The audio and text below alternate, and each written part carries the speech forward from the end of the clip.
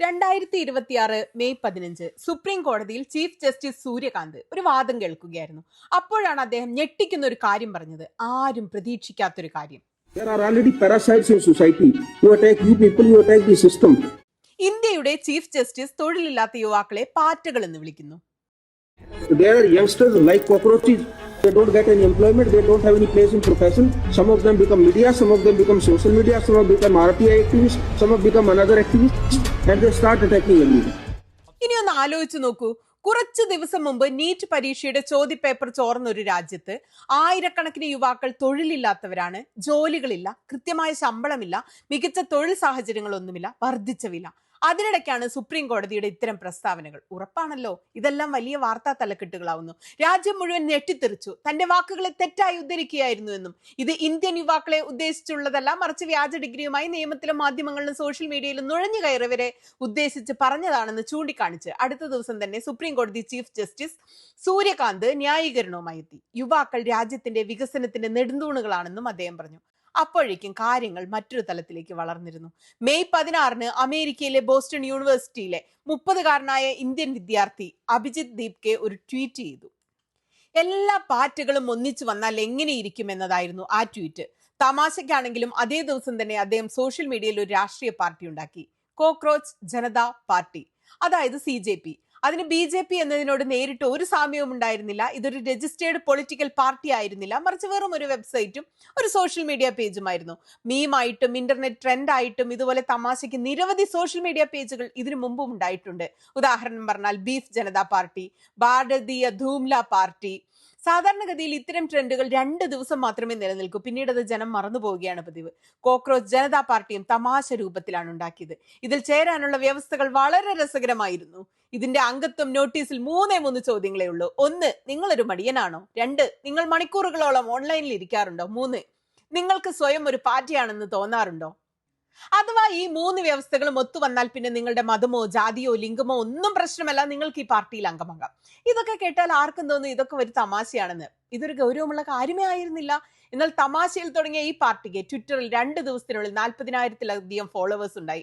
ഇൻസ്റ്റാഗ്രാമിൽ 4 ദിവസം കൊണ്ട് 8 ദശലക്ഷം ഫോളോവേഴ്സ്. ലോകത്തിലെ തന്നെ ഏറ്റവും വലിയ രാഷ്ട്രീയ പാർട്ടിയായ BJP ഇത് പിന്നിലാക്കി. अभी आप सुबह उठते ही देख रहे होंगे कि हमारे फॉलोअर्स अब BJP से भी ज्यादा हो चुके हैं.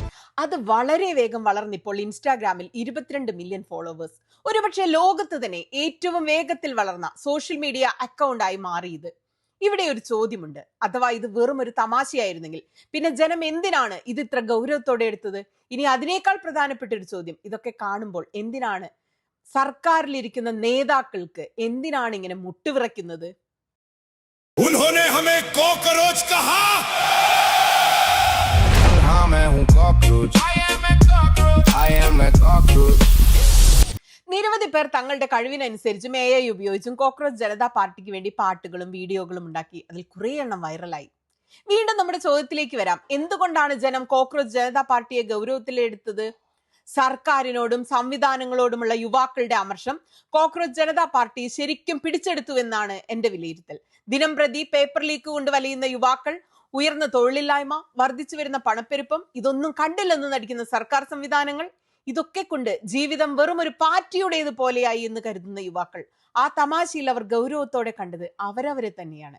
കോക്രോച്ച് പാർട്ടിയുടെ വെബ്സൈറ്റിൽ പാർട്ടിയുടെ മാനിഫെസ്റ്റോ റിലീസ് ചെയ്തിട്ടുണ്ട്. ഈ മാനിഫെസ്റ്റോയിൽ പറയുന്നത് ഇവിടുത്തെ സാധാരണ ജനങ്ങളെ ബാധിക്കുന്ന 5 കാര്യങ്ങൾ. 1, രാജ്യത്തെ ഏതെങ്കിലും ചീഫ് ജസ്റ്റിസിനെ വിരമിക്കലിന് ശേഷം പാരിതോഷികമായി രാജ്യസഭാ സീറ്റ് അനുവദിക്കില്ല.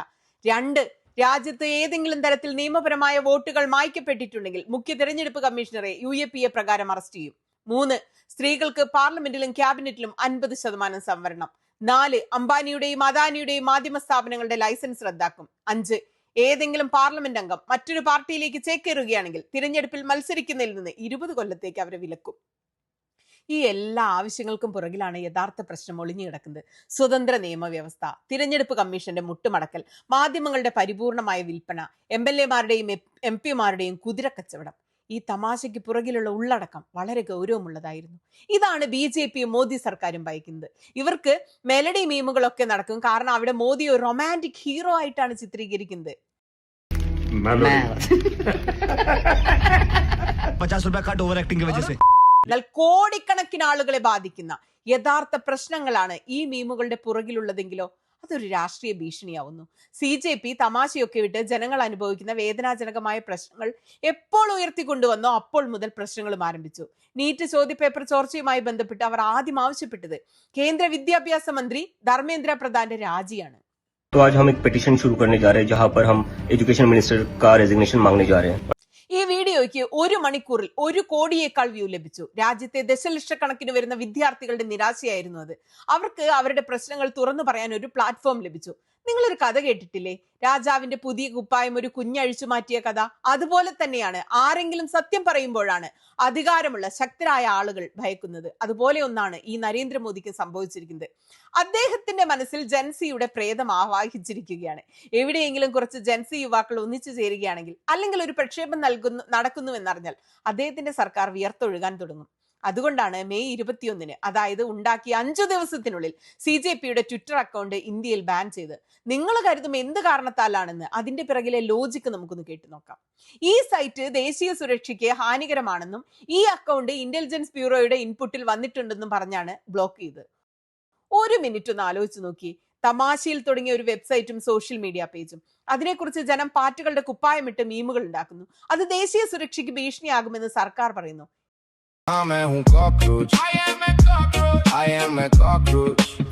ഇത്രയും ഭീരുവാകാമോ നമ്മുടെ സർക്കാർ?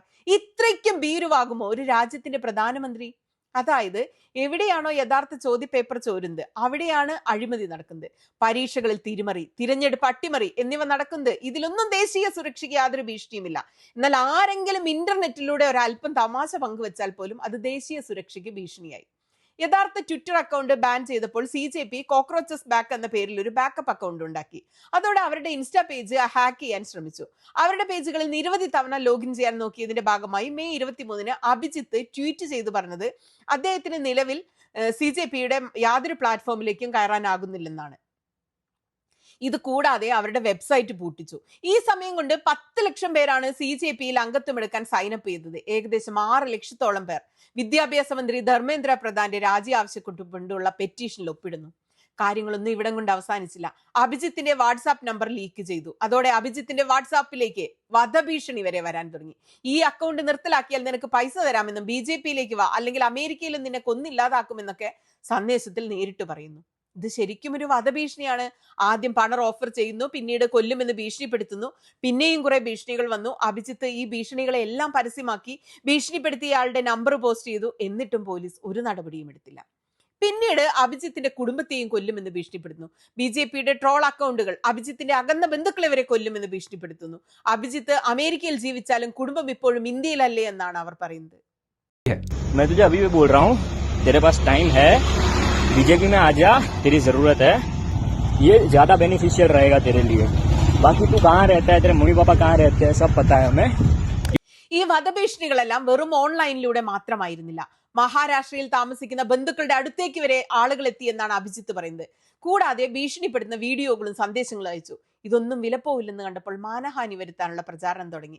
അഭിജിത്ത് ദീപ്കെ ആദ്യം ആം ആദ്മി പാർട്ടിയുടെ കീഴിലായിരുന്നു. അക്കാര്യം അഭിജിത്ത് ഒരിക്കലും രഹസ്യമാക്കി വെച്ചിട്ടില്ല. പഴയ ട്വീറ്റുകളൊന്നും അദ്ദേഹം കളഞ്ഞിട്ടുമില്ല. 2020 മുതൽ 2023 വരെ ആപ്പിനൊപ്പം പ്രവർത്തിച്ചിട്ടുണ്ടെന്ന് അദ്ദേഹം തന്നെ തുറന്നു പറഞ്ഞിട്ടുണ്ട്. I worked there for from 2020 to 2023 I think, and it was for a brief period of time. I was actually very inspired by the health and education model that they worked on. And after that, I thought maybe I need to move forward with my life. So I applied to some universities. I got into Boston University, and I have been here since then. ഈ മുഴുവൻ കാര്യങ്ങളും പബ്ലിക്കായി ലഭിക്കുന്നതാണ്. Cockroach Janata പാർട്ടിയുടെ ബയോയിൽ തന്നെ അഭിജിത്ത് തന്റെ personal account tag ചെയ്തിട്ടുണ്ട്. അവിടെ പോയി താഴേക്ക് സ്ക്രോൾ ചെയ്ത് നോക്കിയാൽ നിങ്ങൾക്ക് അവയെല്ലാം വളരെ എളുപ്പത്തിൽ കാണാൻ സാധിക്കും. പക്ഷെ ഇതിനെല്ലാം ഒരു വലിയ സ്കാൻഡൽ പോലെയാണ് അവതരിപ്പിച്ചത്. BJP MP നിഷികാന്ത് ദുബെ ആരോപിച്ചത് ദീപ്കയുടെ ആം ആദ്മി പാർട്ടി വിദേശ ശക്തികളുമായി ബന്ധപ്പെട്ടിരിക്കുന്നുവെന്ന്. ഇതൊരു വലിയ ഗൂഢാലോചനയുടെ ഭാഗമാണെന്ന് കാണിക്കാൻ അഭിജിത്ത് മനീഷ് സിസോദിയയ്ക്കൊപ്പം നിൽക്കുന്ന പഴയകാല ചിത്രങ്ങൾ പല അക്കൗണ്ടുകളും സോഷ്യൽ മീഡിയയിൽ പങ്കുവച്ചു. അല്ലെങ്കിൽ നിങ്ങളൊന്ന് ആലോചിച്ച് നോക്കൂ സുഹൃത്തുക്കളെ, ആം ആദ്മി പാർട്ടിക്ക് ഇത്തരം ഒരു രഹസ്യ ഓപ്പറേഷൻ നടത്തണമെങ്കിൽ എന്തിനാണ് എല്ലാ വിവരങ്ങളും പൊതു ഇടങ്ങളിൽ ലഭ്യമായ അഭിജിത്തിനെ അവർ തിരഞ്ഞെടുക്കുന്നത്? ഇതൊരു രഹസ്യ പദ്ധതി ആയിരുന്നുവെങ്കിൽ അഭിജിത്ത് തന്റെ വിവരങ്ങൾ കൂടുതൽ ഒളിപ്പിച്ചു വെക്കാൻ ശ്രമിക്കുമായിരുന്നു. CJPയുടെ പ്രധാന അക്കൗണ്ടിൽ തന്റെ പേഴ്സണൽ അക്കൗണ്ട് അദ്ദേഹം ടാഗ് ചെയ്യില്ലായിരുന്നു. ഇനി അങ്ങനെ രഹസ്യമായി ചെയ്യണമെന്നുണ്ടെങ്കിൽ ആം ആദ്മി പാർട്ടി പബ്ലിക് പ്രൊഫൈൽ ഇല്ലാത്ത ഒരാളെ തെരഞ്ഞെടുത്തേനെ. അല്ലെങ്കിലും മറ്റൊരു പൊളിറ്റിക്കൽ പാർട്ടിയിൽ പ്രവർത്തിച്ചിരുന്നു എന്നത് ഇത്ര വലിയൊരു കാര്യമാണോ?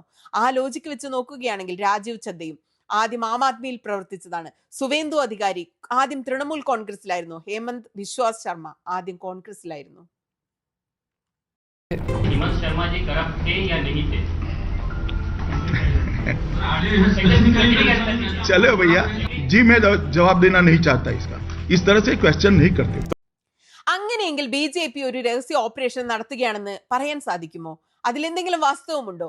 ഈ യുക്തി പരാജയപ്പെട്ടപ്പോൾ അവർ ഡീപ് സ്റ്റേറ്റ് ഗൂഢാലോചന തന്ത്രം പയറ്റാൻ തുടങ്ങി. BJPയുടെ IT സെല്ലിലുള്ളവരുടെ അവകാശവാദം അഭിജിത് ദീപ്കെ IS ഏജന്റ് ആണെന്നും പൂനെ പോലീസ് റെക്കോർഡ്സിൽ ഉണ്ടെന്നുമാണ് പുതിയ കണ്ടുപിടുത്തം.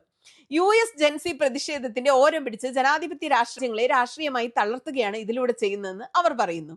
ഇതിന്റെയൊക്കെ ഇടയിലൂടെ ഒരു AI ചിത്രവും വലിയ തോതിൽ പ്രചരിപ്പിച്ചു. അതിൽ പറയുന്നത് കോക്രോച്ച് ജനതാ പാർട്ടിയുടെ അധികം ഫോളോവേഴ്സും പാകിസ്ഥാനിൽ നിന്ന് വരുന്നുവെന്ന്. 49% പേർ. നിങ്ങൾക്ക് ഓർമ്മയുണ്ടോ 2024 ലോക്സഭാ തിരഞ്ഞെടുപ്പ്? അക്കാലത്തിന്റെ യൂട്യൂബ് ചാനലിനെതിരെയും ഇതേ തിയറിയാണ് അവർ പ്രചരിപ്പിച്ചത്. അതായത് ദുവ്രാട്ടിയുടെ അധികം ഫോളോവേഴ്സും പാകിസ്ഥാനിൽ നിന്നും ബംഗ്ലാദേശിൽ നിന്നും വരുന്നതെന്നാണ് അവർ പ്രചരിപ്പിച്ചത്. അത് വളരെയധികം തെറ്റായ വിവരമാണ്. കോക്രോച്ച് ജനതാ പാർട്ടിയുടെ കാര്യത്തിൽ അവർ വളരെ തെറ്റായ വിവരമാണ് ഈ പരത്തുന്നത്.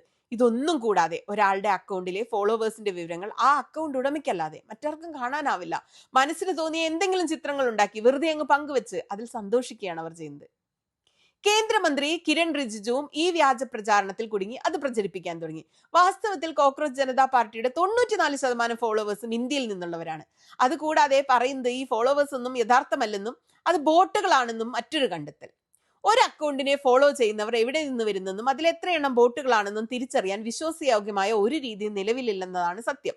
ഫോളോവേഴ്സിന്റെ സാമ്പിൾ പരിശോധിച്ച് വിവരം തരുന്ന ചില തേർഡ് പാർട്ടി വെബ്സൈറ്റുകളുണ്ട്.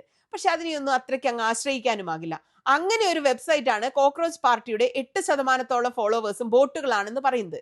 അതേ വെബ്സൈറ്റ് പറയുന്നത് നരേന്ദ്രമോദിയുടെ 19% ഫോളോവേഴ്സും വ്യാജമാണെന്നാണ്.